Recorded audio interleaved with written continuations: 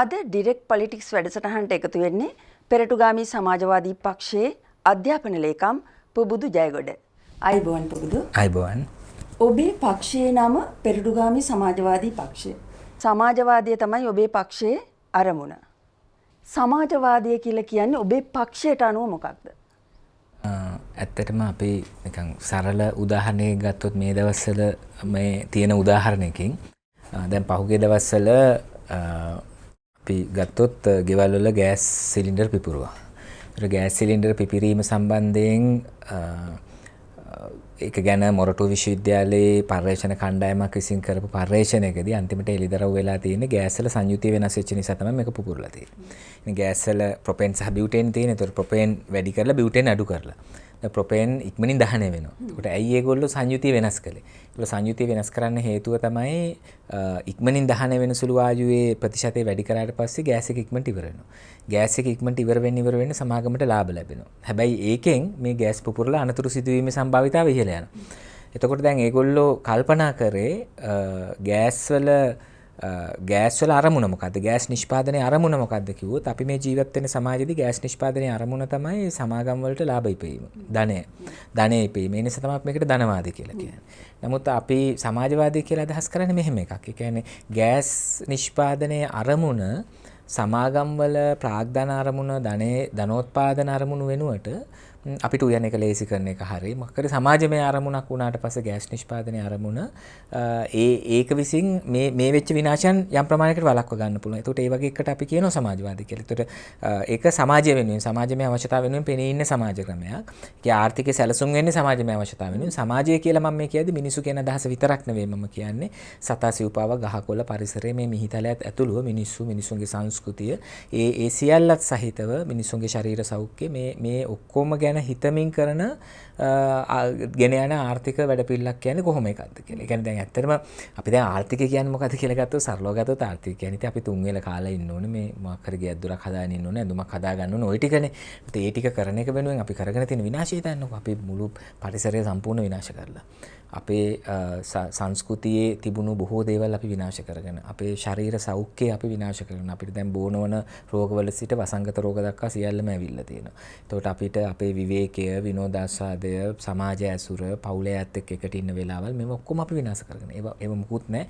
අන්තිමට මානසික ආතතිය හැදිලා දැන් ඔය සෞඛ්‍ය අමාත්‍යාංශ කියනවා ලංකාවේ සෑම වැඩිහිටියෝ 5 දෙනෙක්ගෙන් එක්කෙනෙක් සායනික ප්‍රතිකාර ලැබිය යුතු මට්ටමේ මානසික රෝගයකින් පෙළෙනවා කියලා. ඉතින් අන්තිමට අපි පිස්සු බවට පත් වෙලා තමයි මේක ඉවර වෙලා තියෙන්නේ. ඉතින් ඒ වෙනුවට මේ සමාජයේ ඇත්ත අවශ්‍යතා සම්පූර්ණ කරන පැත්තෙන් සහ සමාජමය අවශ්‍යතා සඳහා වන ආර්ථිකය සමාජයේ විසින් සමාජයේ වැඩ කරන ජනතාව විසින් රාජ්‍ය බලය හසුරුවන සමාජ ක්‍රමයක් තමයි අපි සමාජවාදී කියලා හඳුනගන්නේ. සමාජවාදය වෙනුවෙන් ලංකාවේ පිහිටවපු පළමුවෙනි වාමාංශික පක්ෂය ලංකා සම සමාජ පක්ෂය.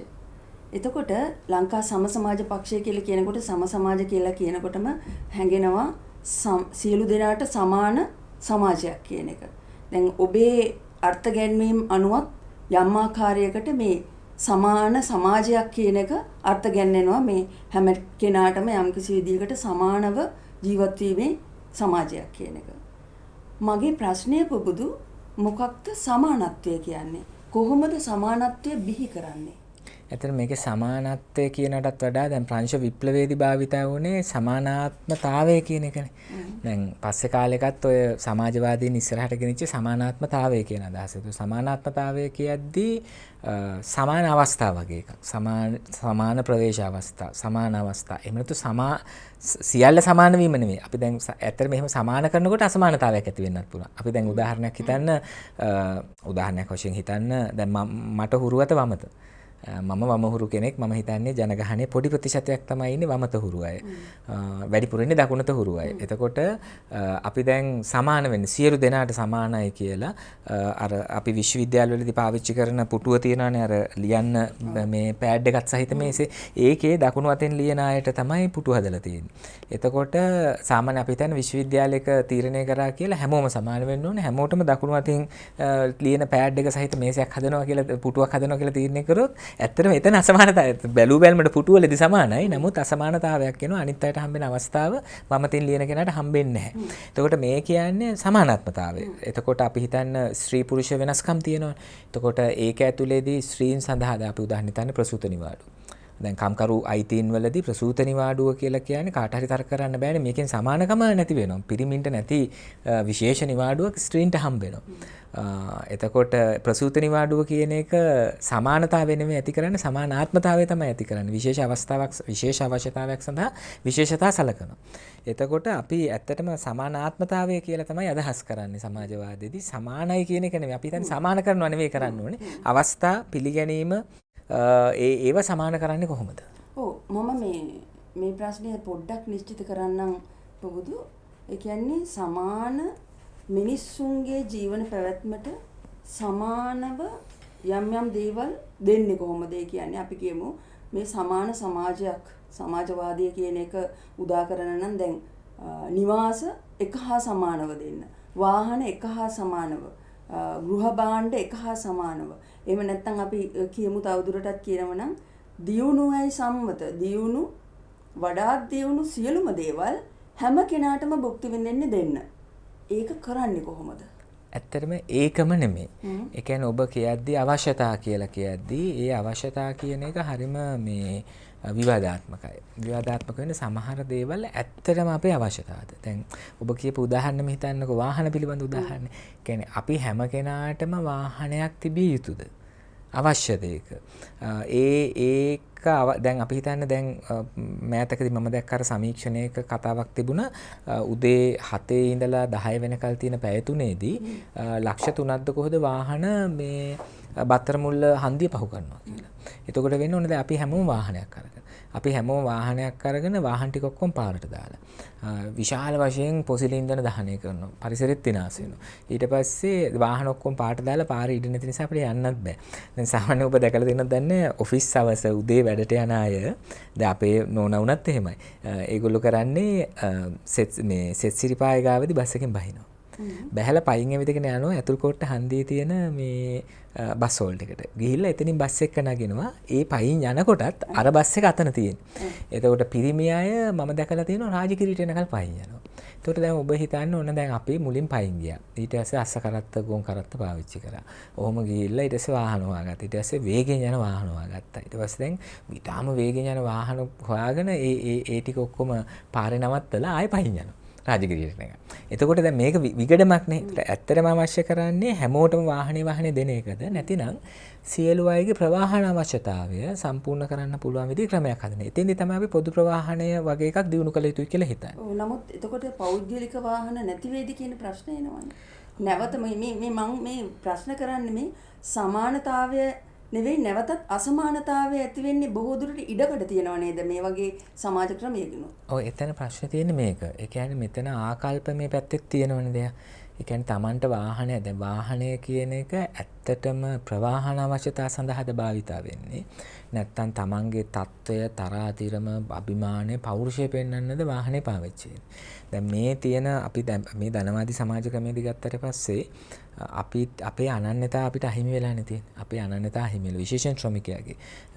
එයාගේ මනුෂ්‍යභාවය අහිමි වෙලා, එයාගේ මිනිස් සම්බන්ධතා අහිමි වෙලා. එතකොට එයා හිතනවා දැන් කොහොමද මම මගේ අනන්‍යතාවයේ හිස්තැන කොහොමද පුරවගන්නේ? ඒතර හිස්තැන හැමතිස්සෙම හුවමාරු භාණ්ඩයෙන් තමයි පිරෙන්නේ. මාක්ස් කියන විදිහට කියනවා කාර් එක හරි, ගේ හරි, මොකක් හරි එකකින් තමයි හිස්තැන පිරෙන්නේ. ඒ ඇත්තට පිරෙන්නේ නැහැ හිස්තැන. අපි හිතනවා ඒකෙන් අපිට හිස්තැන පුරවන්න පුළුවන් කියලා. ඒතකොට කාර් එක කියන්නේ තවදුරටත් අපේ ප්‍රවාහනය සඳහා තියෙන උපකරණයක් නෙවෙයි. ඒක මේ මගේ අභිමානය හරි, මගේ පෞරුෂය හරි, මගේ වත්පොහොසත්කම් තරාතිරම පෙන්වන එකක් බවට පත් වෙන එක. එතකොට තමයි පෞද්ගලික වාහනයක් ඕන වෙන්නේ. නැත්නම් ඇත්ත අවශ්‍යතාවය හිතුවොත් පරිභෝජනවාදයේ ඇතුලේ තමයි ඒක එන්නේ. නමුත් අපි හිතන්නේ ඒ පරිභෝජනවාදී අවශ්‍යතාවය හිතේ නැති. ඒ කියන්නේ මිනිස්සු නිකන් කල්පනා කර ඉන්නකොට මට කාර් එකක් ගන්න ඕන කියලා හිතුනම නෙමෙයි. එහෙම නෙවෙයිනේ. නිෂ්පාදන වෙළඳපොළ හරහානේ. ඒක තමයි. මොකද මේක නිෂ්පාදනය කරනකොට මේ නිෂ්පාදනය කරන්නේ කාර් එක විතරක් නෙමෙයිනේ. කාර් එක මිලදී ගන්න මිනිහෙක්වත් නිෂ්පාදනය කරනවනේ ධනවාදී. එතකොට දැන් වෙලා තියෙන්නේ කාර් එකත් නිෂ්පාදනය කරලා කාර් එක මිලදී ගන්න මිනිහත් නිෂ්පාදනය කළා. දැන් ස්මාර්ට්ෆෝන් හිතන්නකෝ. දැන් ස්මාර්ට්ෆෝන් එක හදලා ස්මාර්ට් ෆෝන් එක ගන්න මනුස්සයවත් හදලා ඒ මනුස්සයවත් නැවත නැවත හදනවා. ඒ කියන්නේ දැන් කලින් පාවිච්චි කරපු ස්මාර්ට් ෆෝන් එක යල් පැනලා අලුත් මොඩල් එකක් එනවා. එතකොට අපිට හදනවා මේක අනිවාර්යෙන් ගන්න ඕනේ මේ මොඩල් එක. එහෙම නේද යන්නේ. ඒ කියන්නේ පරණ ෆෝන් එක මේ අබලන් වෙලා විසි කරන කලින් ඉන්නේ නැහනේ. ඒ වෙනුවට අලුත් මොඩල් එකක් එනවා. ඒතර අපි කවුරු හරි හොඳට විමර්ශනශීලීව හිතුවොත් ඇත්තටම මොනවද ඒ ෆීචර්ස් ඒවා ඕනද වගේ හිතුවොත් ඒවා එහෙම ඕනත් නැහැ. නමුත් අපිට ලොකු අයිඩියොලොජි එකක් හදලා තියෙනවා මේව ඕන කියලා. එතකොට ඒක වෙනස් වෙන එක. මම කියන්නේ ඒක හිතේ එන එකක් නෙවෙයි. ඒක යම් භෞතික සංවිධානයක් විසින් හදන්නේ ආර්ථිකය, නිෂ්පාදනය. ඒ වගේම තමයි හදන්නේ. සහ විශේෂයෙන් ශ්‍රමිකයාට අදාළව ගත්තොත් එයාගේ අනන්‍යතාවය අහිමි වීම, එයා පරාරෝපණයට ලක්වීම විසින් තමයි නැවත අර පරිභෝජන උන්මාදයට යන්නේ. ඒ නිසා තමයි මේක නිකන් බන කියලා වෙනස් කරන්න පුළුවන් නම් ප්‍රශ්නයක් නැහැ. ඔබේ පක්ෂය වෙනුවෙන් අපි කියමු ඔබ සමාජවාදී පිළිගන්න පක්ෂයක්නේ. මෙන්න මේ ප්‍රශ්නය කොහොමද ජය ගන්න උත්සාහ කරන්නේ? ඇත්තටම අපි හිතනවා මේකට පැති දෙකක එකක්. ඒ කියන්නේ මතවාදී අරගලයක් අවශ්‍යයිනේ. ඒකට මේ මතවාදී අරගලයට අදාළ අපි මැදිහත් වීමක් කරමින් ඉන්නවා. නමුත් අපි හිතනවා මේ මතවාදී අරගලය පමණක් ප්‍රමාණවත් නැහැ. ඒ පමණක් ප්‍රමාණවත් නොවෙන්නේ මෙතනට මිනිස්සු ගිහින් තියෙන මේ පරිභෝජනය අධිපරිභෝජන ජීවන රටාවකට ගිහින් තියෙන්නේ ඒක හුදු සිතිවිලි වල අදහස් වල ප්‍රශ්නයක් විතරක් නෙමෙයි. එහෙම ප්‍රශ්නකුත් තියෙනවා. ඒ අදහස් නැවත ජනනය කරලා තියෙන්නේ මහා විශාල නිෂ්පාදන ක්‍රමයක්, මාධ්‍ය, ඇඩ්වර්ටයිසින් ඔක්කොම විසින් මේක ජනනය කරලා තියෙන්නේ. එතකොට තමයි මේ ආර්ථිකයේ ප්‍රධාන මූලයන් වෙනස් කිරීම අවශ්‍ය වෙන්නේ. ඒ වෙනස් කරන එතෙන්ද තමයි විප්ලවය, සමාජ පරිවර්තනය කියන එක අවශ්‍ය වෙන්නේ. ඒ නිසා තමයි අපි කියන්නේ පුළුල් සමාජ පරිවර්තනයක්, පුළුල් සමාජ වෙනසක් අවශ්‍යයි මේ ආකල්පමය වෙනස කරගන්න. සමහර විට ඒ කියන්නේ සමාජය වෙනස් වෙලා ආකල්පමය වෙනස වෙනවත් නෙවෙයි. වෙනස් කිරීම සඳහා දරන උත්සාහයේදී මේ මිනිසු තුළ ආකල්පමය වෙනස්කම් එනවා. කවුද ඒ ආකල්පමය වෙනස කරන්න පුළුවන් වෙන්නේ? කාටද කරන්න පුළුවන් වෙන්නේ? මේ හැමෝම මේ ක්‍රමය ඇතුලේ ඉන්න පුද්ගලයෝනේ. එතකොට කොහොමද ඒක කරන්නේ? කවුද ඒකට පියවර ගන්න? ඒ කියන්නේ දැන් ඔබ කියාවි ඔබේ පක්ෂය විසින් ඒ ආකල්පමය වෙනස කරන්න උත්සාහ දරනවා කියලා. නමුත් ඔබේ පක්ෂයට ඒ හැකියාව කොහොමද එන්නේ? අපේ පක්ෂයම පමණක් නෙමෙයි. අපි හිතුවොත් එහෙම ඒ කියන්නේ සමාජය තුළ මේව සම්බන්ධ යම් විචාරයක් ඇති කළ යුතු තියෙනවානේ. එතකොට ඒ විචාරය විසිනුත් සමහර දේවල් වෙනස් වෙනවා. දැන් අපි උදාහරණයකට ගන්න පරිසරය ගැන තියෙන සමහර සංවේදීතා. දැන් අපි පුංචි කාලේ වෙද්දිත් අපි වයස අවුරුදු 10 12 කොල්ලෝ වෙලා ඉද්දි මම නම් අඩුවෙන් ඒවට සහභාගී වෙලා තියෙනවා. නමුත් අපේ යාළුවෝ ඒගොල්ලෝ අතේ කැටපෝල් තිබුණා. ඒගොල්ලෝ කුරුළු කූඩු වලට විදලා ඒවා බිම දානවා. පැණි කුරුල්ලෝ වගේ පුංචි සත්තුන්ව මරනවා. කටුස්සන්ව මරණ එක ලොකුවටම තිබුණා. කොච්චරද කියනවනම් අර කටුස්ස ඔළුව වනන්නේ මේ කොල්ලන් වලලන් කෙල්ලන් ගොඩගන් කියලා තමයි කටුස්ස ඔළුව වනන්නේ කියලා තමයි ඒ දවස්වල කියමුද කොල්ලෙක්ට කටුස්සෙක් හම්බුනොත් අනිවාර්යෙන් මරනවා. නමුත් දැන් ඔය අපේ මේ පවුල් වල පුංචි දරුවෝ ඉන්නවා මේ ඒගොල්ලෝ කිසි කෙනෙක් සත්තු මරන්නේ නැහැ. ඒගොල්ලන්ගේ හවුත් කියනවා මේ පරිසරය ආරක්ෂා කරන්න කටුස්ස ආරක්ෂා කරන්න ඕන වගේ කියනවා. ඒ ළමයින්ට සත්තු ඒ කටුස්ස වගේ දකින්නත් නැහැනේ. ඔව් ගමේ ඉන්න අයට දකින්න තියෙනවා. නමුත් ඒගොල්ලෝ මරන්නේ නැහැ. කුරුළු කුඩු වලට ගල් ගහන්නේ නැහැ. ඒගොල්ලන්ට අදහසක් ඇවිල්ලා තියෙනවා නෑ මේවා මේ ඒක වැරදි. අපි මේක ආරක්ෂා කරන්න ඕනේ වගේ එකක්. ඔබ කියන්නේ අර ඉස්සර ඒ ළමයින්ට වඩා දැන් ළමයි හොඳයි කියලා. හොඳයි කියන්නේ ඒක හොඳකට වඩා ඒක සම්බන්ධ සමාජ සංවාදයක් ඇවිල්ලා තියෙනවානේ. ඒ සමාජ සංවාදයේ විසින් දේවල් වෙනස් වෙලා තියෙනවා. එතකොට ඒ නිසා මම කිව්වේ මතවාදී පැත්ත වැදගත්. ඒක පක්ෂයක් විසින් කරන එකම නෙවෙයි සමාජයද. ඉස්සර අර බස්වල සීට් වල ඔයාලට මතක ඇති මේ කුරුටු ගන්නවා විතර නෙවෙයි අර ස්පොන්ජ් කෑල්ල කපනවා නිරලා. බ්ලේඩ් අරන් ගිහලා කපලා ස්පොන්ජ් කෑල්ල ඊට පස්සේ ඒකට මට මතකයි ඉස්සර ළමා පත්තර වල ඉඳලා ලොකු අරගලයක් ගියා. මේ යන බස් එකේ සීට් එක කපන්න එපා ඒක වැරදි කියලා. දැන් ළමයි මං හිතන්නේ සීට් කපන්නේ නැහැ. සීට් කපලා ස්පොන්ජ් කෑලි අරන් යන්නේ නැහැ ළමයි. ළමයින්ට ඊට වඩා වෙන දේවල් ළමයින්ට වෙලාවක් නැහැ. වෙලාවකුත් නැහැ සීට් කපන්න. අනිත් එක ඒගොල්ලෝ දැන් වීඩියෝ ගේම් වගේ ගහන මිසක ස්පොන්ජ් කෑලි අරන් ගිහලා ඒ වගේ මුකුත් කරන්නේ නැහැ. නමුත් ඒ වගේ සමාජ වර්ධනයක් වෙනවනේ. ඒකට ඒක වැදගත්. නමුත් මේක දීර්ඝ කාලිනව විසඳද්දී, පතුලෙන්ම විසඳද්දී, විශේෂයෙන් පරිභෝජනය වගේ එකක්. දැන් අපි දැන් කොවිඩ් කාලේ ගත්තොත් එහෙම මිනිස්සු බොහොම අර ලොක්ඩවුන් එකේ අවම පරිභෝජන රටාවක ඉඳලා දැන් අපේ අසල්වැසියෝ එහෙමත් කිව්වා මේ විදිහ මරුනේ. මේක මරුනේ අපි මේ මොන හරි පොඩ්ඩක් කන්න බොන්න හොයාගෙන කාලා මේ ඉන්නවා කියලා කිව්වට ආයේ ලොක්ඩවුන් එක අයින් වෙලා වැඩට යන්න පටන් ගත්ත ගමන් ආයේ ටියුෂනුයි අර තරංගේ ඔක්කොම පටන් ගන්නවනේ ඊට පස්සේ. එතකොට මේක තනි මිනිස්සුන්ගේ සිතිවිලි වල ප්‍රශ්නයකට වඩා ව්‍යුහයක් එක්ක බැඳිලා තියෙනවා. ඒ නිසා අපි කියන්නේ මේක අර ව්‍යුහාත්මක පරිවර්තනයක්, ස්ට්‍රක්චරල් චේන්ජ් එකක් අවශ්‍යයි කියලා. ඉතින් එහෙම එකකට අර මතවාදී තලයේදී අපි ගොඩාක් අයට මැදිහත් වෙන්න පුළුවන්. නමුත් අර කියන සමාජ ව්‍යුහාත්මක වෙනසකට සංවිධානයක් අවශ්‍යයි. සංවිධානාත්මක මැදිහත් වීමක් අවශ්‍යයි රාජ්‍ය බලයත් එක්ක මේක අභිමුඛ වෙන. ඉතින් එහෙම එකකට තමයි අපි ලෙනින්වාදී අදහසින් ගත්තොත් ඒ සඳහා ඉදිරි පෙළ පුරෝගාමී මැදිහත්වීමක් කරන දේශපාලන පක්ෂයක් කෙනෙක් අවශ්‍යයි කියලා අපි හිතනවා. ඔබ අධ්‍යාපන ලේකම් හින්දා පක්ෂයේ ඔබේ පක්ෂයේ මුල් කාලීනව ප්‍රධාන දේශපාලන ධාරාව විදිහට ශිෂ්‍ය ව්‍යාපාරය තිබුණා. ඊට පස්සේ ඔබ පක්ෂය බොහෝ දුරට උත්සාහ කරන්නේ මේ අධ්‍යාපනයේ අයිතිය හැමෝටම සමානව ආරම්භ දෙන්න. ඔබේ මම හිතනවා ඔබේ අරගලයක් තියෙනවා ඒ වෙනුවෙන් කියලා. මොකද ලංකාවේ පාසල් පද්ධතිය තියෙන්නේ ඇවිල්ලා ග්‍රේඩින් සිස්ටම් එකකට. ඒකේ වඩා දියුණු පාසල් තියෙනවා, නොදියුණු පාසල් තියෙනවා, මේ විදිහට කැටගරිස් 3ක විතර පාසල් තියෙනවා.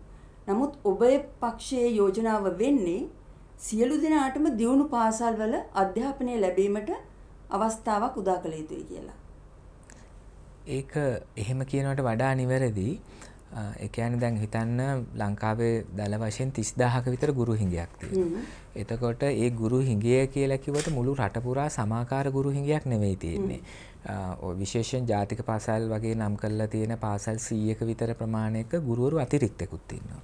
ඒ අතර ගම්බද කුඩා පාසල් වල බරපතල ගුරු හිඟයක් තියෙනවා. ඉංග්‍රීසි ගුරුවරු නැහැ, ගණිත ගුරුවරු නැහැ. ඒ වර්ගයේ ප්‍රශ්න තියෙනවා. එතකොට එතනදී තමයි අපි අරගලයක් කරන්නේ නෑ මෙන්න මේ අවම පරිසාධන මට්ටම සියලු පාසල් වලට හිමි විය යුතුයි. කියලා අපි හිතන්නේ පුස්තකාලයක් කියන ආණ්ඩුවේ වැඩපිළිවෙල ඊට වෙනස් විදිහට යනවා. දැන් මේ දවස්වල ඇවිල්ලා ඉන්න උපාලි එම් සේදර කමිටු වාර්තාව කියලා වාර්තාවක් ඇවිල්ලා තියෙනවා. උපාලි එම් සේදර මහත්මයාගේ මූලිකත්වයෙන් අධ්‍යාපන ප්‍රතිසංස්කරණ සඳහා විශේෂ ජනාධිපති කාර්යසාධක බලකායක් පත් කරා.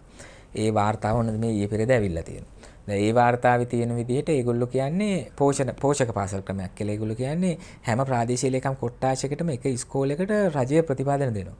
දීලා පුස්තකාලයක් තියෙන ඒ ඉස්කෝලේ. අනිත් ඉස්කෝලවල පුස්තකාලයක් නැහැ. ඒගොල්ලෝ පොත් කියවන්න ඕන නම් අර ඉස්කෝලේට යන්න ඕනේ. ක්‍රීඩා පිටියක් හොඳ එකක් තියෙන්නේ අර ඉස්කෝලේ ස්පෝර්ට්ස් මීට් එක කරන්න අනිත් පන්තිවල ඉස්කෝලවල ළමයි අතෙන්ට යන්න ඕනේ. ඒ වගේ එකක්.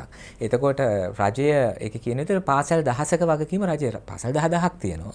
1000ක වගකීම රජය බාර ගන්නවා. ඒක කියනකොට අපිට වරගැන්වෙන්නේ මේක අර දොර භාගයක් ඇර තිබේ සමානයි දොර භාගයක් වසා තිබේ වගේ එකක් නේ. දැන් ඒගොල්ලෝ කියන්නේ පාසල් 10ක වගකීම බාර ගන්නවා කියද්දි මේ ඊළඟ එක තමයි පාසල් 9000ක වගකීමෙන් රජය ඉවත් වෙනවා. ඒවට ප්‍රතිපාදන දෙන එක, ඒවට පහසුකම් දෙන එකේ වගකීමෙන් රජය ඉවත් වෙනවා. එතකොට අන්න ඒකට තමයි අපි කියන්නේ ඒක වැරදි. දැන් මේ පළවෙනි වසරේදී ඇවිල්ලා තියෙන මේ දියුණුම පාසල් හැම ළමයෙකුටම අවශ්‍යයි කියලා. අවශ්‍යයි. ඒ දියුණුයි කියන එකෙන් අදහස් වෙන්නේ ළමයි කොට්ටාසයකට දියුණුම පාසලක් ලැබිලා අවම පහසුකම් තියෙන ඒක වැරදි. දියුණු එතකොට මේ හැමෝටම සමාන පාසල් පහසුකම් ලැබිය යුතුයි. නමුත් එතෙන්දි මෙන්න මෙහෙම එකක් තියෙනවා. එන්නේ ගොඩක් අය පොර කනවනේ අර ජනප්‍රිය පාසල් කියලා විශේෂයෙන් නම් වෙච්ච පාසල් ප්‍රමාණයකට. දැන් කොළඹ නගරයේ තියෙන පාසල් හිතන්නකෝ ඒවා සාමාන්‍ය විශ්වවිද්‍යාල තරම් ලොකුයි. ළමයි 5000 7000 ඉන්න සාමාන්‍ය ජයවර්ධනපුර කැලණිය වගේ විශ්වවිද්‍යාලයක් වගේ සමානයි විශාඛයක රොයල් එක වගේ ගත්තම ඒ තරම් ළමයි ප්‍රමාණයක් ඉන්නවා. එතකොට ඒ විශාල ශිෂ්‍ය ප්‍රමාණයක් සහිත දැවැන්ත පාසල් කියන එකමද අධ්‍යාපනයේ සංකල්පයේ නැත්නම් ඇත්තටම කුඩා ශිෂ්‍ය සංඛ්‍යාවක් ඉන්න එක වාසි. පහසුකම් ගුරුවරයා ඉන්නවා නම් ඉතුරු පහසුකම් ටික තියෙනවා නම් එතකොට වෙනස තියෙනවනේ එතන. කියන්නේ අධ්‍යාපනයේ ඒක විතරක් නෙමෙයිනේ පාසලක තියෙනවනේ විවිධ දේවල් තියෙනවනේ. තවත් විවිධ අවශ්‍යතා ක්‍රියාකාරකම්. එතකොට ඒ දේවල් අහිමිනේ. නොදියුණු පාසල් වලට ඒ දේවල් අහිමි. ස්ථිරවම. ඒ නිසා අපි කියන්නේ අවම් පරිසාධන මට්ටමක් තියෙනවානේ. අන්නේ අවම් පරිසාධන මට්ටම සියලු පාසල් වලට හිමි විය යුතුයි. එතනින්නේ අපේ අර සටන් පාටේ ඉන්නේ අධ්‍යාපනය සඳහා රාජ්‍ය ප්‍රතිපාදන වැඩි කරන්න කියලා. ඕක දැන් විශ්වවිද්‍යාල ආචාර්යවරුන්ගේ අරගලෙදී එහෙම ඒගොල්ලෝ ඉලක්කමක් විදිහටම කිව්වා. ශිෂ්‍ය ව්‍යාපාර අරගලේ ඉලක්කමක් විදිහට ඒගොල්ලෝ කිව්වා දලදේශ නිෂ්පාදනයෙන් 6% කියලා. දැන් ඉලක්කම කියන එක නොකියුවා වුණත් අපි ඉලක්කමත් අපිට කියන්න පුළුවන්. අපිත් ඔය මේ කම්කරු දිනවලදී එහෙම සටන් පාටයක් විදිහට තියෙනවා 6% වෙන් කරන්න කියලා. නමුත් අපි හිතන්නේ අඩුම ගානේ වැඩි කරනවා කියලා. වැඩි කරනවා කියලා දැන්ට අර ඔබට මතකද ඇමරිකා එක්සත් ජනපදයේ සටන් පාටයක් ආවා not for bombs but for books කියලා. ඒ කියන්නේ යුද්ධෙට නෙමෙයි දරුවන් වෙනුවෙන් වියදම් කරන්න කියලා. දැන් ලංකාවේ දැන් 2022 ගත්තොත් එහෙම ආරක්ෂක අමාත්‍යාංශයට වෙන් කරලා තියෙනවා රුපියල් බිලියන් 393ක්. පොලිසියට වෙන් කරලා තියෙනවා රුපියල් බිලියන් 86ක්. ඒ කියන්නේ රුපියල් බිලියන් 450ක් විතර වෙන් කරලා හමුදාව සහ පොලිසිය නඩත්තු කරන්න. ඉතින් ලක්ෂ 50ක් විතර පාසල් ශිෂ්‍යයෝ ඉන්නවා. බිලියන් 105 වෙන් කරලා තියෙන මුළු පාසල් පද්ධතියට. එතකොට එතන මහජන බදු මුදල් වැය කිරීමෙත් අසමානතාවත මහජන බදු මුදල් බිලියන් 450ක් වැය කරද්දී මිනිස්සුන්ටම ගහන්න ඉතින් ඔය තියන් ඉන්නේ මේ අධ්‍යාපනය සඳහා වෙන් කරලා තියෙන 105යි. ඒකට ප්‍රශ්නයක් තියෙනවා. ඒ නිසා තමයි අපි කියන්නේ ඒකට රාජ්‍ය ප්‍රතිපාදන වැඩි කරන්න රාජ්‍ය ප්‍රතිපාදන වැඩි කරන අතර අවම මූලික පහසුකම් ටික සියලු පාසල් වලට දෙන්න කියලා. හැබැයි ඒක අපි කියන්නේ සිරිමලි මෙහෙම තියෙනවා. ඒ කියන්නේ දැන් මේ තියෙන අධ්‍යාපනයේ මේකේ තියෙන අන්තර්ගතයට අපි එකඟ වෙලා නෙවෙයි මේක කියන්නේ. ඒකට අපි එකඟ නෑ. ඒක අනිවාර්ය පූර්ණ වෙනසකට භාජනය කළ යුතුයි කියලා අපි හිතනවා. මේ විභාගය ඉලක්ක කරගත් අධ්‍යාපන ක්‍රමය. සමානව අධ්‍යාපන අවස්ථා දරුවන්ට ලබා දිය යුතුයි කියනකොට ඔබ බලාපොරොත්තු වෙනව නේද මේ කියන්නේ දක්ෂයින්ට ඉදිරියට එන්න බැරි දක්ෂින්ව ඉදිරියට ගැනීමට? ඔව් දැන් දක්ෂයෝ කියලා කියද්දිත් හරි විවාදාත්මකයි. ඒ කියන්නේ දැන් මේක ඇවිල්ලා මේ විභාගම ඉලක්ක කරගත්ත අධ්‍යාපන ක්‍රමයක් නේ. එතකොට මේක ඇතුලේ දක්ෂයෝ කියලා කියන්නේ විභාග පාස් වෙන අය. ඔබත් දන්නවා ඇති හොඳට විභාග පාස් වෙන එක වෙන ටෙක්නික් එකක්. දැන් ඒකට මේ විෂය අවබෝධෙම වුණත් නැහැ ඇත්තටම. දැන් මම පුද්ගලිකව දන්න සහ මම ඇත්තට මාව යම් ප්‍රමාණයකට කම්පණය වෙච්ච සිදුවීමක් තියෙනවා. අධ්‍යාපන පොදු සහතික පත්‍ර උසස් පෙළ විභාගය කරද්දී අපේ ඉස්කෝලේ මේ අපිත් එක්ක එක පන්තියේ එක ගණිත විෂය කළේ ගණිත මැත්ස් පන්තියේ හිටපු අපි කට්ටියගෙන් දැන් අපි පිරිසක් උසස් පෙළ සමත් වෙලා විශ්වවිද්‍යාලයට ආවා. අනිත් අය ෆේල් වුණානේ. ඇත්තටම මම හොඳටම දන්නවා මට වඩා ගණිත විෂයේ දක්ෂ නිපුණ අය ෆේල් වෙලා ඉදි තමයි මම පාස් වුනේ කියලා. ඒ කියන්නේ ඒගොල්ලෝ මගේ යාළුවෝ ඉන්නවා. ඒගොල්ලෝ විෂයට ඊටාම දක්ෂයි සහ විෂය පිළිබඳ ඒගොල්ලන්ගේ අවබෝධය මට වඩා වැඩි කියලා මම දන්නවා ඇත්තටම. මොකක් හරි වෙලා විභාගේ ලියන පැය තුනේදී ඒගොල්ලන්ට බැරි වෙලා මොකක් හරි ගේමක් ගහලා මම පාස් වෙනවා. ඒතර මම පුද්ගලික අත්දැකීමෙන් මම දන්නවා එහෙම තමයි වෙන්නේ මේ විභාගවල කියලා. එතකොට ඒ නිසා මේ දක්ෂයෝ ඉස්සරහට ගන්නවා කියලා කියද්දි මේ එතනින්ම නෙවෙයි මේක ගන්න. අපි හිතන්නේ අපි එකිනෙකාගේ විවිධ හැකියාවල් විවිධ කුසලතා විවිධ නිපුණතා තියෙනවානේ. ඒකට මේ ඔක්කොමලව එක ෆෝමැට් එකකට කපන එකනේ මේ අධ්‍යාපන ක්‍රමය කරන්නේ. ඒකෙදි දක්ෂයෝ ඉස්සරහට ගන්නවා. අපිට මෙහෙම අපිට අවම දැන් මේ තියෙන තත්ත්වය තුළ එකඟ වෙන්න පුළුවන් උසස් අධ්‍යාපන අවස්ථාව වගේ හිමි වෙද්දී ජාතිය ආගම කුලය පන්තිය තාත්තගේ account එකේ සල්ලි තියනවද වගේ දේවල් බලන්නේ නැතුව විභාගයකදී ගන්න ලකුණු මට්ටම සාධාරණ පදම වලින් සලකන්න කියලා කියන්න පුළුවන්. ඒ කියන එකත් හරි සාපේක්ෂයි. මොකද ඒ විභාග වලිනුත් පුළුවන් ද විභාගයේ ලකුණ කියන එක ළමයෙක්ව මනින්න නිර්ණායකයක්ද කියන ප්‍රශ්නේ එනවා. අපි කියන්නේ අර තාත්තගේ account එකේ සල්ලි තියනවද කියලා බලනවට වඩා මේක සාධාරණයි කියලා මිසක මේක හොඳයි කියලා නෙමෙයි. දැන් ලංකාවේ නිකන් අපි ඉතිහාස උදාහරණයක් ගත්තත් විවිධ විශේෂ ක්ෂේත්‍රවල යම් ප්‍රවීණතාවයක් හිමි කරගත්ත අය ඒගොල්ලෝ ඉතින් ඔය සහතික උගත්තුම නෙමෙයිනේ. අපි නිකන් මම නිකන් ජස්ට් උදාහරණයක් කියන්නම්. දැන් මාර්ටින් වික්‍රමසිංහ වගේ කෙනෙක්. එයා කොග්ගල මහා ප්‍රඥා කියලා මිනිස්සු කිව්වා. සිංහල භාෂාව, ඉංග්‍රීසි භාෂාව, පාලි සංස්කෘත වගේ භාෂා ගැන විශාල නිපුණතාවයක් තිබුණා. මම දන්න තරමින් රුසියන් භාෂාවක් දන්නවා එයා. එච්චර විශාල භාෂා නිපුණතාවයක් තිබුණු කෙනා කියන්නේ එයා ඉස්කෝලේ 3 හරි 4 පන්තියට තමයි ඉස්කෝලේ ගිහින් තිබුණේ. නමුත් එයා අපි සිංහල ඉගෙන ගන්නවනේ යාගෙන්. දැන් අපි ඕලෙවල් වෙනකල් සිංහල ඉගෙන ගත්තට අපි වික්‍රමසිංහ මහත්තයාගේ පොත්වල ඉන්නේ අපි අපේ සිංහල වැරදි භාෂාව වැරදි අපිට සමහරට අහුවෙන්නේ.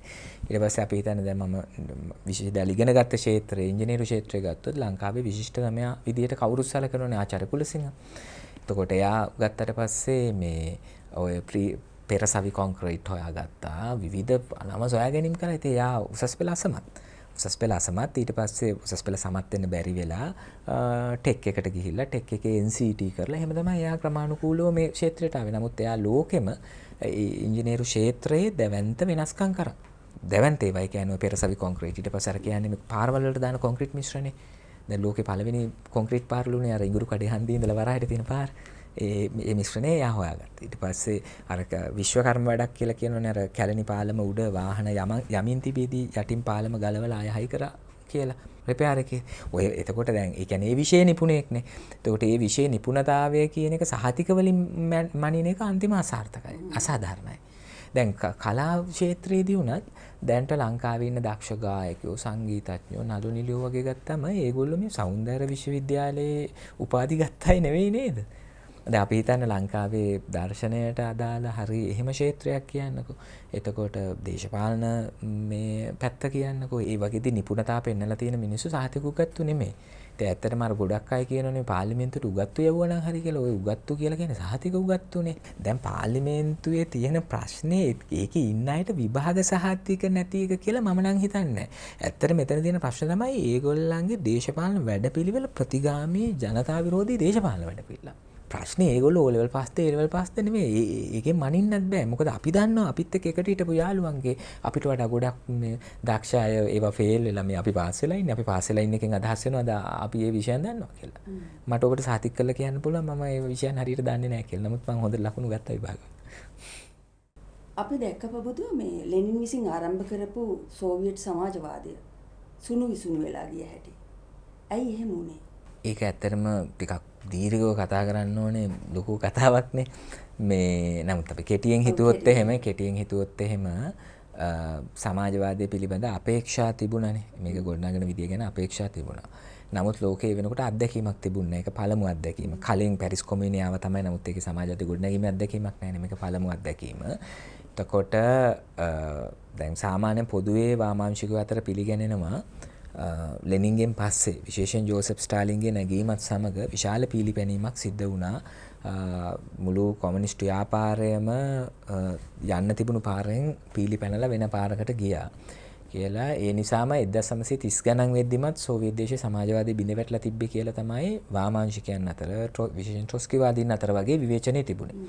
එතකොට මම හිතන්නේ ඒක සැලකියුතු මට්ටමකට නිවැරදි කියලා. පස්සේ දැන් ඔය 1978 රෝහණ විජේවීර සහෝදරයා මේ අර අවස්ථාවාදයේද නිර්ධන පන්ති ජාත්‍යන්තරවාදයේද කියලා පොතක් එළියට දැම්මනේ, හිරේදී ලියපු පොතක්. එතකොට ඒ පොතේ පවා එයා සෝවියට් දේශයට හරි චීනයට හරි සමාජවාදී කියන්නේ නැහැ. එයා කියන්නේ අර ට්‍රොස්කිවාදීන්ගේ වචන වලින් පිරිහුණු කම්කරු රාජ්‍ය කියලා.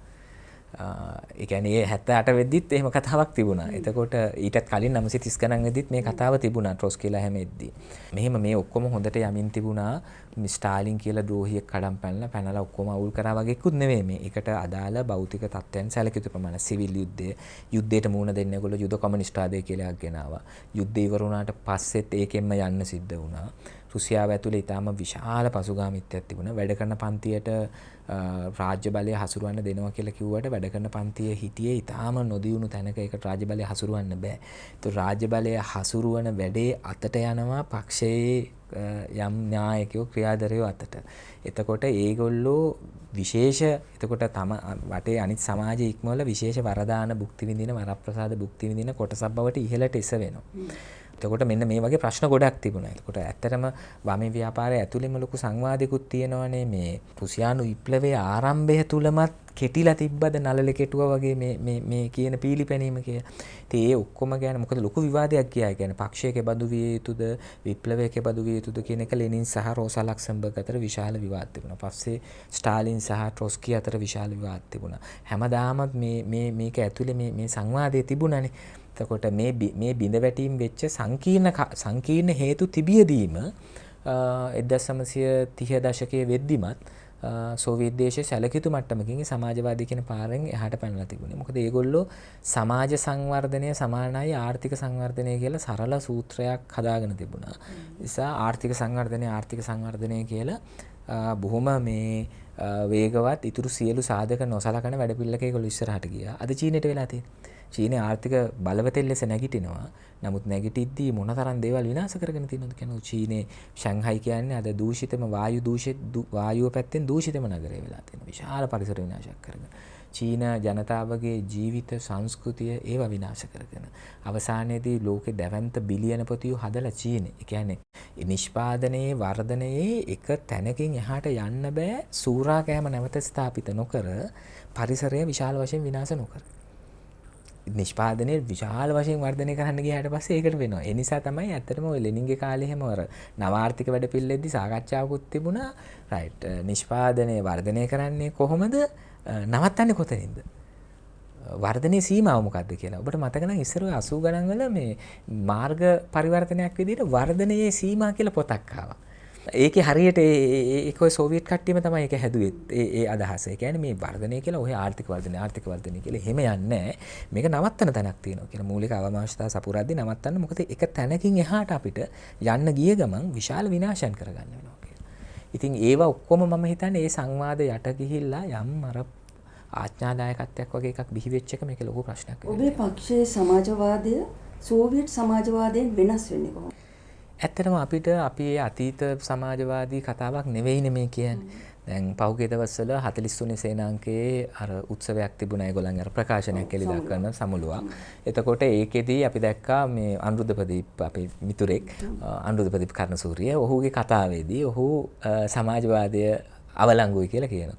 අවලංගුයි කියලා කියද්දී ඔහු උදාහරණ ගන්නෙම මේ සෝවියට් දේශයේ චීනේ කියුබාවේ එක උදාහරණ කියන මේක අවලංගුයි කියලා. නමුත් අපිට තියෙන ප්‍රශ්නේ තමයි රයිට් හරි සමාජවාදය කියලා ඒ 20 වෙනි සියවසේ සමාජවාදී මොඩලේ අවලංගුයි. අපි ඒක පිළිගමුකෝ. ධනවාදී වලංගුද? අපි මූණ දෙමින් ඉන්න ප්‍රශ්නේ තමයි අති දැවැන්ත විනාශයක් සිද්ධ වෙමින් යනවා ධනවාදයේ ඇතුලේ. එක පැත්තකින් පරිසරය විශාල වශයෙන් විනාශ වෙනවා. දැන් අපි උදාහරණයක් ගත්තොත් ඔය 2015 මේ පැරිස් නගරයට එකතු වුණා ලෝක දේශගුණ විද්‍යාඥයෝ 15000කගේ සමුළුවක්. ඉතින් ඒගොල්ලෝ අවසානයේට කිව්වේ to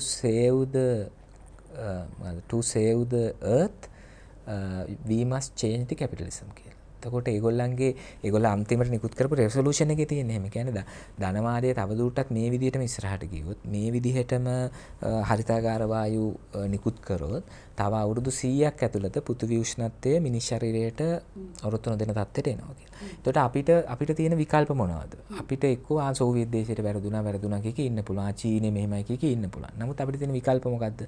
එක්කෝ අපි එහෙමනම් මේ ග්‍රහලෝකේ විනාශ වෙනවා තව අවුරුදු 100කින් වෙන ග්‍රහලෝකයක් හොයන්න ඕන. දුරේක්ෂ අටවගෙන හොයන්න පුළුවන් වෙන ඉන්න පුළුවන් ග්‍රහලෝකයක් තියෙනවද කියලා මම දන්නේ. තාම එහෙම හම්බෙලා නැහැ නේද එහෙම එකක්. අපිට ඉන්න පුළුවන් එක රයිට් එහෙම එකක් හොයන්න පුළුවන්. එහෙම නැතිනම් දෙවෙනි එක තමයි නැවගිලුණත් බෑන්චුන් කියලා අපිට හිතන්න පුළුවන් මෙහෙමයි. දැන් අවුරුදු 100කින් කොහොමත් අපි නැහැනේ ඔයත් නැහැ මමත් නැහැ. ඒ කාලේට ඉන්නේ මොකක් හරි කරගනින්නේ කියලා අපිට මෙහෙම ඉඳලා මැරලා යන්න පුළුවන්. එහෙමත් නැතිනම් අපි මේක වෙනස් කරන්න. එහෙමනම් අපි නෑ මේ අවුරුදු 100කට ආසන්නයේදී මේකේ ප්‍රශ්නයක් වෙන්න ඉඩ තියෙනවා අපි මේක වෙනස් කරන්න.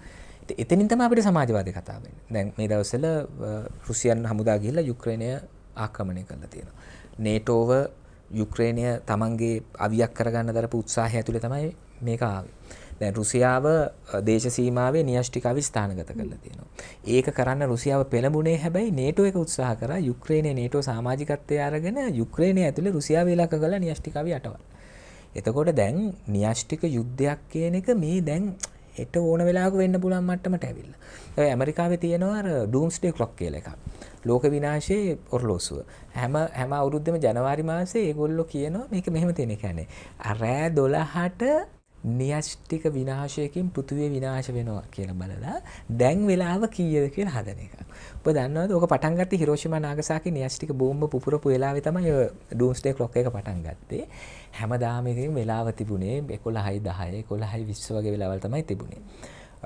ඔබට මතක නම් අර සීතල යුද්ධ කාලේ සෝවියට් දේශය ඇමරිකා එක්සත් ජනපදය අතර ලොකු ටෙන්ෂන් එකක් ආවා. දෙගොල්ලම න්‍යෂ්ටිකාවි මේ අමෝරාගෙන න්‍යෂ්ටික යුද්ධයක් කරනවා කියන තැනකටම ආවනේ. ඒ වෙලාවෙත් 11:40 තමයි වෙලාව තිබුණේ. 2021 ජනවාරි 21 වෙනිදා ඒගොල්ලෝ ඩූම්ස්ඩේ ක්ලොක් එකේ වෙලාව හැදුවා රෑ 11:56ට. ඉතින් තව විනාඩි 4යි එවැනි විනාශයක් වීම සඳහා තියෙන්නේ කියලා. ඒක ඒගොල්ලෝ හදන ඒ දර්ශකයේ හදන මොකක් හරි ක්‍රමයක් තියෙනවා. ඒතර ඇත්තටම ලෝක ඉතිහාසයේ අන් කවරදාටත් වඩා න්‍යෂ්ටික යුද්ධයක් වගේ එකකින් විනාශයමේ අවදානට මුණ දීලා තියෙනවා. ඒතර එහෙම එකක් ඇති වෙනවා නම් ඇති වෙන්නේ අර නලින්ද සිල්ලා කියන විදිහට මේ ශිෂ්ටාචාර අතර ගැටුමකින් නෙමෙයි ප්‍රාග්ධනය සඳහා වන ගැටුමක්. දැන් මේ යුක්‍රේනයේදී ඇත්තනේ මොකද රුසියානු ප්‍රාග්ධනයයි ජර්මානු ප්‍රාග්ධනයයි ඇමරිකන් ප්‍රාග්ධනයයි ගැටෙන එකනේ. මේම එතනින් තමයි අපිට සමාජවාදය පිළිබඳ අදහස එන්නේ. අපිට න්‍යෂ්ටික විනාශයකින් මිනිස් වර්ගයා විනාශ වී යාම දැවැන්ත ලෝක යුද්ධයකින් අපිව ම්ලේච්ඡෝ ගන්නට පිරිහෙල්න එක නවත්ත ගන්න නම් අපිට ධනවාදය පරද්දන්න වෙනවා. දැන් පොබුදු සෝවියට් සමාජවාදය ඇතුළු සමාජවාදී රටවල් වලට නොහැකි වුණා දියුණු ධනවාදී රටවල් වල බටහිර ධනවාදී රටවල් වල දියුණුවේ ආසන්නයටවත් යන්න. සෝවියට් දේශයේ බිඳ වැටීම සම්බන්ධයෙන් බොහෝ විචාරකයන් කියන්නේ මෙන්න මේක හේතුවක් කියලා. නමුත් අපි දන්නවා මාක්ස්වාදයේ මූලික ස්ථාවරයක් තමයි මේ පොබුදු නිෂ්පාදන බලවේග සහ නිෂ්පාදන සම්බන්ධතා අතර තියෙන නොගැලපීම විසින් ඊළඟ සමාජ ක්‍රමය බිහි කරනවා කියන එක. ඒ කියන්නේ සමාජවාදයේ ධනවාදයෙන් සමාජවාදයට ගමන් කරනවා කියන එක. එතකොට ඒක වෙන්නේ ඇවිල්ලා නිෂ්පාදන ක්‍රියාවලිය සඳහා කියලා අපිට පැහැදිලි. නමුත් සෝවියට් දේශයට ඇයි බැරි වුණේ අර ධනවාදී රටවල් වල ආසන්නයටවත් ඒගොල්ලන්ට දියුණු වෙන්න. ඇත්තටම උනේ මම හිතන්නේ සෝවියට් දේශය උත්සාහ කළේ සහ ඒගොල්ලන්ගේ වැඩපිළිවෙල තිබුණේ ධනවාදී රටවල ආසන්නයට ඔය කියන ඉන්වර්ටඩ් කම ඇතුලේ දියුණුව කියන එක ගන්න. දැන් ඒගොල්ලෝ 80%ක් විතර අකුරු ලියන්න කියන්න දන්නේ නැති ජනගහනයක් ඉන්න රටක් අවුරුදු 30ක් වගේ ඇතුළත ලෝකයේ ප්‍රථම චන්ද්‍රිකාව උඩුගුවනට යවන ලෝකයේ ප්‍රථම මිනිසා උඩුගුවනට යවන වගේ තැනකට වර්ධනය වුණා. අවුරුදු 30ක් 40ක් ඇතුලේ ඒක ලෝක ආර්ථික බලවතෙක් බවට පත් වුණා. ඉස්සර ඔලිම්පික් තියෙනකොට හැමදාම සෝවියට් දේශය තමයි අංක 1. ඔහොම වුණානේ. එතකොට ඒගොල්ලෝ හඹා ගියේ ඒක. ඒ හඹා යාම ඇතුලේ මම ඒකයි කිව්වේ යම් ප්‍රමාණයකට ඒ කියන්නේ ආර්ථික වර්ධනය තමයි මේ නිෂ්පාදන බලවේග වර්ධනය කියන්නේ ආර්ථිකයේ වර්ධනය කිරීම නිෂ්පාදනය වැඩි කිරීම වගේ තැනකට ඒගොල්ලෝ ගියා. ඇත්තට මේක අත්පත් කරගන්න බැරි වුණාට වඩා වෙච්ච දේ තමයි ඒගොල්ලෝ අත්පත් කරගන්න දරපු උත්සාහය ඇතුලේ සියලු දේවල් අතහැරුණා. දැන් මේක චීනයටත් වෙමින් යන්නේ. දැන් අපි ওই නිෂ්පාදන බලවේගවල වර්ධනය කියන්නේ ඔහොම එකක් නෙමෙයි ඇත්තටම. අපි දැන් උදාහරණයක් හිතන්නකො මෙහෙම දැන් වහල් ක්‍රමේදී වහල්ලු 100ක් ඕන වුණා කියන්නකො අර පිරමීඩයක් හදද්දි ගල් කුට්ටියක් අරගෙන උස්සලා අනිත් ගල් කුට්ටිය උඩින් තියන වහල්ලු 100ක් ඕන වුණා කියලා. ඊට පස්සේ රෝදේ සොයා ගැනීමෙන් පස්සේ ඒ වැඩිට වහල්ලු 100ක් ඕනේ නැහැ. කප්පියක් හදා ගන්න පුළුවන් අපිට. කප්පියට ලණුවක් දාලා වෙලා වහල්ලු 5ක් හිටියනම් ඇති ඔක අදින්න කියනවා. එතකොට ඉතුරු 95 දෙනාට මොකද කරන්නේ? කියලා ප්‍රශ්නයක් එනවනේ. ඒතර වහල් ක්‍රමයේ පැවැත්ම ඒකට ඕන කරන කොන්දේසි අහෝසි වෙනවා ඒ වගේ උපකරණයක බිහිවීම විසින්. දැන් ඇත්තටමත් මාක්ස්වාදයේදී මේ නිෂ්පාදන බලවේගවල වර්ධනය විසින් ධනවාදයේ යල්පැන ගියා කියලා කියන හේතුව තියෙන්නේ මේ මොකක් හරි ලොකු තාක්ෂණය ඉස්සරහට එනවා කියන එකට වඩා මේ වෙනකොට නිෂ්පාදනය ගෝලීයකරණය වෙලා තියෙනවා. සමාජීයකරණය වෙලා තියෙනවා. සමහර විට මම මේ ඇඳගෙන ඉන්න ෂර්ට් එක හිතන්නකෝ උදාහරණයකට සමහර විට මේ ෂර්ට් එක ටිකක් කපු මිශ්‍රිතයි. මේකේ කපුව වල ඇත්තේ සමහරට බ්‍රසීලෙ වෙන්නේ නැති. බ්‍රසීලි මිනිස්සුන්ගේ ශ්‍රමය මේක ඇතුලේ තියෙනවා. සමහරට ඒ කපු වලින් නූල් හදන මැෂින් එක හදලා තියෙන්නේ චීනෙ වෙන්න පුළුවන්. ඒක ගෙනල්ලා රෙද්ද විව්වේ ඉන්දියාව වෙන්න පුළුවන්. ඒකට ඕන මැෂින් එක හැදුවේ සිංගප්පූරු වෙන්න පුළුවන්. ඒ විදිහට ඒක මැහුවේ ලංකාවේ වෙන්න පුළුවන්. ඒකට බොත්තම් ගෙනල්ලා තියෙන්නේ මැලේසියාවෙන් වෙන්න පුළුවන්. හරිද? නූල් ගෙනල්ලා තියෙන්නේ දකුණු අප්‍රිකාවෙන් වෙන්න පුළුවන්. ඔහොමනේ. එතකොට ඇත්තටම දැන් මේ තනි ෂර්ට් එකක් වගේ තනි නිෂ්පාදනයක් ඇතුලේ පවා මුළු ලෝකෙම එකට සම්බන්ධ වෙච්ච පුළුල් සමාජීයකරණයක් වෙලා තියෙනවා. හැබැයි එමරල්ඩ් හරි මොකක් හරි කම්පැනි එක අයිතිකාරයෙක් තනියෙන් මේකේ මේ ඵල අත්පත් කරගන්නවා. ලාභය අත්පත් කරගන්නවා. නමුත් මේක ඇතුලේ මුළු ලෝකයක මිනිසුන්ගේ ශ්‍රමය තියෙනවා.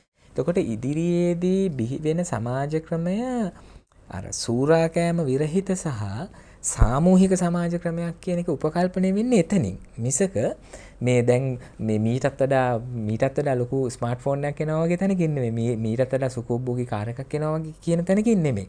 එතකොට අත්පත් කරගත යුතුව තියෙනවා කියලා කියන්නේ ඇත්තටම ජනතාවගේ මූලික අවශ්‍යතා ටික අපි සම්පූර්ණ කරන්නේ කොහොමද?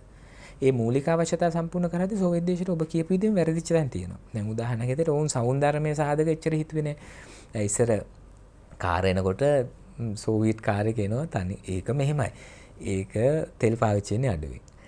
ඒක ගොඩාක් කල් පවතිනවා. පරම්පරා 3ක් විතර පාවිච්චි කරන්න පුළුවන්. කැතයි. ඒ කැතයි. ඒ කාර් එකක යන්න හිතෙන්නේ නැහැ. නමුත් ජපන් කාර් එක ලස්සනයි. ඒක පපඩම වගේ මොකෙක් හරි හැප්පුණොත් කුඩු වෙලා අර බිත්තර කට්ට පොඩි වුණා වගේ ඇතුළේ ඉන්න ඔක්කොමත් මැරෙනවා. තෙලුත් වැඩිපුර පාවිච්චි වෙනවා. වැඩි කල් පාවිච්චි කරන්නත් බෑ. ටික කාලෙකින් එක්ස්පයර්ඩ්. හැබැයි ඒක ලස්සනයි. එතකොට දැන් මිනිස්සුන්ගේ සෞන්දර්ය චින්තනය වගේ දේවල් නොසලකා හැරීමකුත් ඒ පරණ සමාජවාදී ආකෘතිය තිබුණා. හරිද? මිනිස්සු ලස්සනටත් කැමතිනේ. ඒව නොසලකා හැරීම් තිබුණා. එතකොට නමුත් මෙතන අර ධනවාදී රටවල් අත්පත් කරගත්ත දියුණුව අපි ඔක්කොමලා අත්පත් කරගන්නවා කියලා නම් අපි හිතන්නේ. සමාජවාදී විතර නෙමෙයි. අපි හිතන්නකෝ දැන් ධනවාදී ලංකාවට පවා ඇමරිකාවේ ජීවන ශෛලිය පවත්වාගෙන යන්න බෑනේ. හැබැයි ප්‍රශ්නේ කියන්නේ ඇමරිකන් ජාතිකයෙක්ගේ පරිභෝජන මට්ටම පවත්වාගෙන යන්න නම් පෘථිවිය වැනි ග්‍රහලෝක 9.1ක් ඕනේ කියලා තමයි අර කියලා තියෙන්නේ. ඒ කියන්නේ මුළු ලෝක ජනගහනයම ඇමරිකන් ජාතිකයෙක්ගේ වර්තමාන පරිභෝජන මට්ටම ගෙනියනවා නම් එහෙම පෘථිවියමදී අපිට පෘථිවිය වෙන ග්‍රහලෝක 9.1ක් ඕනේ. එතකොට අපි ඒක කරනවාද? මම කියන්නේ ඒක කරන්න අවශ්‍ය නැහැ කියලා. පුබුදු ඔබේ මව්පක්ෂය ජනතා විමුක්ති පෙරමුණ. ඔබ සහ ඔබ ඇතුළු කණ්ඩායම එකෙන් ඉවත් වෙලා ගිහිල්ලා වෙනත් දේශපාලන පක්ෂයක් පිහිටුවා ගත්තේ ඇයි කියන එක මම අහන්නේ නැහැ. හැබැයි මට මේ ප්‍රශ්නෙට උත්තරයක් දෙන්න ජනතා විමුක්ති පෙරමුණ හා පෙරටුගාමී සමාජවාදී පක්ෂය අතර තියෙන දේශපාලන වෙනස්කම මොකක්ද? සරලව වාක්‍යයකින් දෙකකින් කිව්වොත් ජනතා විමුක්ති පෙරමුණේ දේශපාලන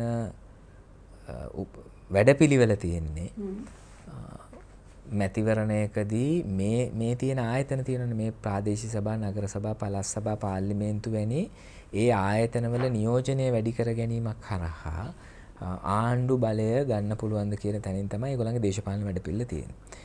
එතකොට ඒගොල්ලන්ගේ ප්‍රධාන දේශපාලන සටන් පාඨය නිසා එන්නේ තට්ටුමාරුවට විරුද්ධව වෙන පිරිසක් බලයට පත් කරමු. මේ පාර දීලා බලන්න. හොඳ නැත්නම් අපිට ගහලා එලවන්න වගේ ශෛලියකින් තමයි ඒගොල්ලන්ගේ කතාව එන්නේ. එතකොට ඒගොල්ලන්ගේ දේශපාලන වැඩපිළිවෙල එහෙම එකක්. අපේ දේශපාලන වැඩපිළිවෙල එහෙම එකක් නෙමෙයි. අපේ දේශපාලන වැඩපිළිවෙල අපි හිතන්නේ නැහැ මේ ඒ කියන්නේ අපිට ජනතාවගෙන් අපි කොන්ත්‍රාත් එකක් ඉල්ලනවා. මේ රට හදලා දෙන කොන්ට්‍රැක්ට් එක අපිට බාර දෙන්න. අපි ඒක කරලා දෙන්නම් හොඳට. අපි හොරකම් කරන්නේ නැහැ. අපි නරක වැඩ කරන්නේ නැහැ. මේ අපි ඕගොල්ලන්ට සහතික වෙනවා අපි හොඳ ළමයි වගේ ඉන්නවා කියලා. අපි මොකක් හරි වැරද්දක් කළොත් අපිට ගහන්න වගේ. අපි එහෙම යාපු වෙන්න යන්න ඕන කියලා අපි හිතන්නේ නැහැ. අපි හිතනවා මේ ප්‍රශ්නය විසඳන්න තියෙන මූලික දෙයක් තමයි ලංකාවේ වැඩ කරන පන්තීන් පොදුවේ සමාජයේ පහළ ස්තර දේශපාලනයට එන්න ඕන.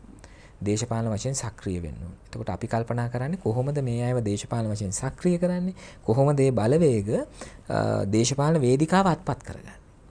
එතකොට ඒකට මොකක්ද හදන වැඩපිළිවෙල? අපි කොන්ත්‍රාත් බාර ගන්න අපි දැන් කවුරු හරි කිව්වොත් අපිට වැටුප් වැඩි කරලා දෙන්න. කිව්වම හරි අපි කරලා දෙන්නම් කියලා කොන්ත්‍රාත් බාර අරන් වැටුප් වැඩි කරලා දෙන්නක් අපේ නෑ. කවුරු හරි කෙනෙක් වැටුප් වැඩි කරන්න කියලා අරගල කරනවා නම් ඒ අරගලය ඇතුළට ගිහිල්ලා ඒකට සහාය දෙන ගමන් ඒ අරගලය ඇතුලේ ඉන්න ගමන් ගුරුවරුන්ගේ අරගලයද කරේ. ඒ අරගලයත් එක්ක අපි දේශපාලන අරගලයකුත් කරනවා. අපි ඇතුලේ අරගලයක් කරනවා. ඕක හරියන්නේ නැහැ. දැන් වැටුප් වැඩි කරන්න කියලා ඔහොම කියලා ඉවරලා වැටුප් වැඩි වෙන්නේ කොහොමද? සල්ලි අච්චු ගහලාද වැටුප් වැඩි කරන්නේ. ආය අනිත් මිනිස්සු මත බදු ගහලාද වැටුප් වැඩි කරන්නේ. ඒකට මෙතන කොහොමද ප්‍රශ්නේ බේරන්නේ කියලා දේශපාලන අරගලයකුත් අපිට තියෙනවා.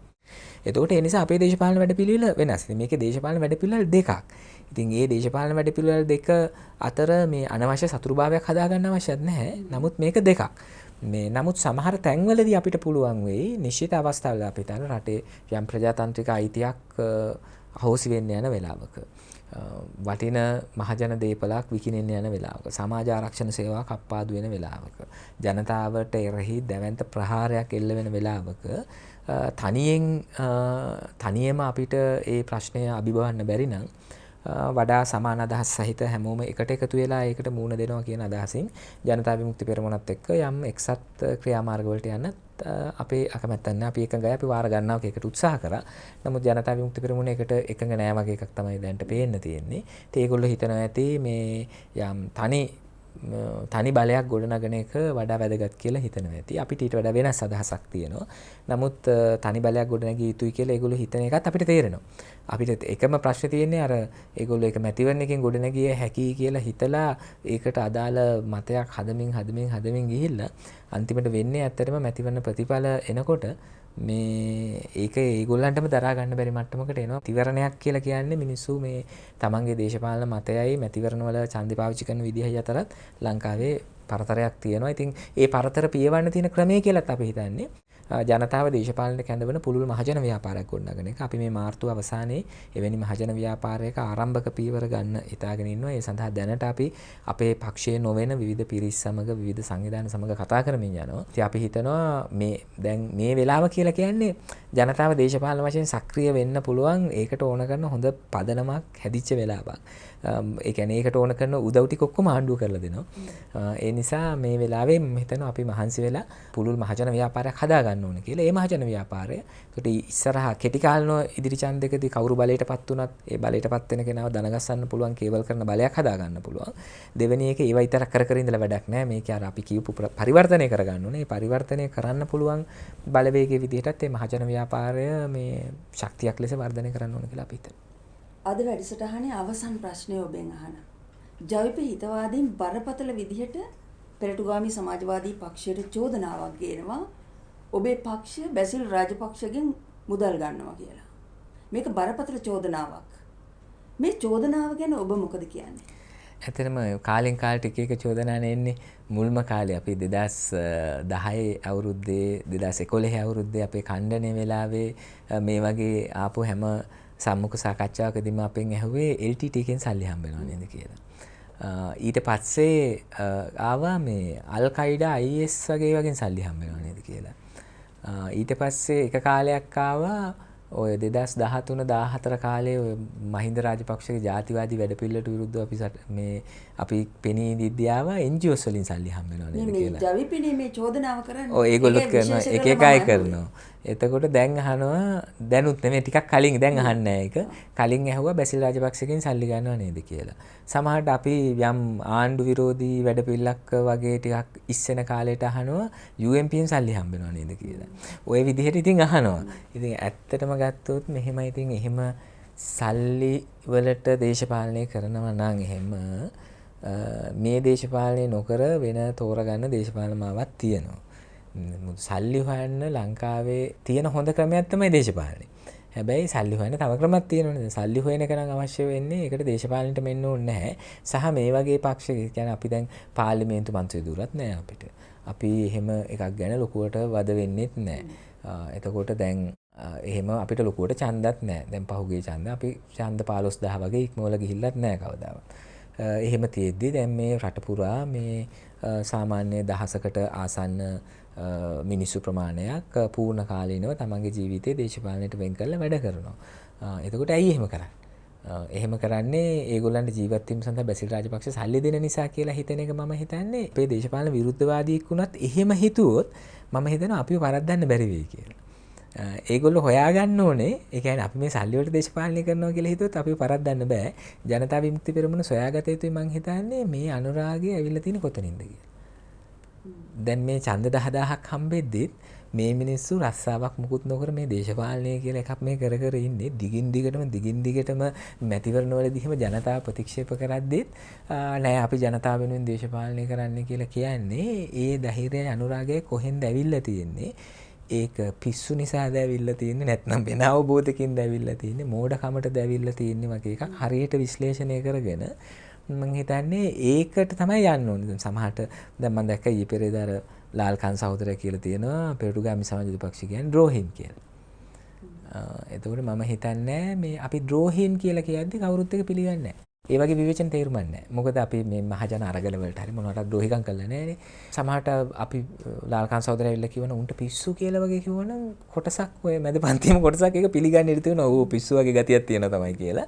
ද්‍රෝහින් කිව්වට පිළිගන්නේ නැහැ. ඒ වගේම තමයි මම හිතන්නේ ඔය බැසිල්ගෙන් සල්ලි ගන්නවා කිව්වට ඒක එච්චර අල්ලලා යන සටන් පාටයක් නෙමෙයි. මොකද අපේ දේශපාලන වැඩපිළිවෙල බැසිල් රාජපක්ෂ දේශපාලන වැඩපිළිවෙලට ප්‍රතිවිරුද්ධවනේ පිළිහිටලා තියෙන්නේ. ඒ නිසා මේ ඊට වඩා හොඳ විවේචනයක් අපි ඉල්ලන්නේ ඊට වඩා හොඳ විවේචනයක් කරන්න කියලා. අද ඩිරෙක්ට් පොලිටික්ස් වැඩසටහනට සහභාගී වුණේ පෙරටුගාමි සමාජවාදී පක්ෂයේ අධ්‍යාපන ලේකම් පුබුදු ජයගොඩ. අපි පුබුදුට අපගේ ස්තුතිය පුද කරනවා. නැවත ඩිරෙක්ට් පොලිටික්ස් වෙතින් යලිත් හමු වෙමු.